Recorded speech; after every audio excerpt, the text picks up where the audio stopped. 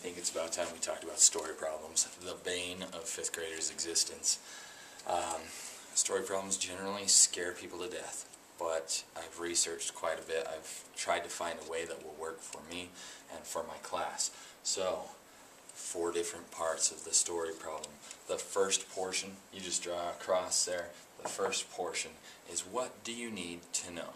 So the first thing we need to do is to read the story problem.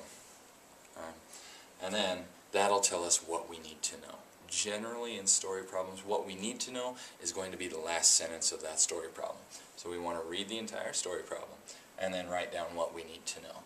Next, what do we know? This is where we take our notes.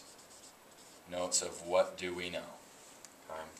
Next, the third portion. How do we solve this? There are only 4 different operations in math and variations of them. Addition, subtraction, multiplication, or division.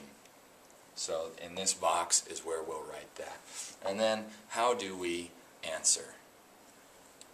We need to know, well, we have to know what we need to know in order to know how to answer that. If it's talking about hours and minutes, we have to answer using hours and minutes. If it's talking what we need to know, how much money did we make? In the answer, how do we answer, needs to be with a dollar sign. So, I want to give just an example of this, and we'll go through, and this is just something that I think will work for solving story problems, to not be so scared of them. Okay, let's see.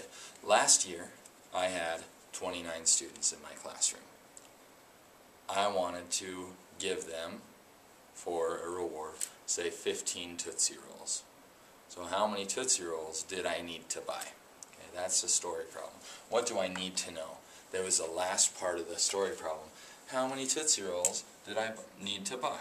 So I might just write, how many Tootsie Rolls? Tootsies. Okay, so what do I know? In the story problem, now I look back, Mr. Goff had 29 students, and he wanted to buy them 15 Tootsie Rolls, 15 each, 15 Tootsie Rolls per student. So, as I'm thinking about that, is that going to be adding 44 Tootsie Rolls for 49 students? No. Subtracting 14, dividing a little less than 2. No, it's going to be multiplication. So I just write multiplication there. And then how do I answer? Just how many Tootsie Rolls. So because it's a multiplication problem, this is a great spot to actually do the multiplication problem.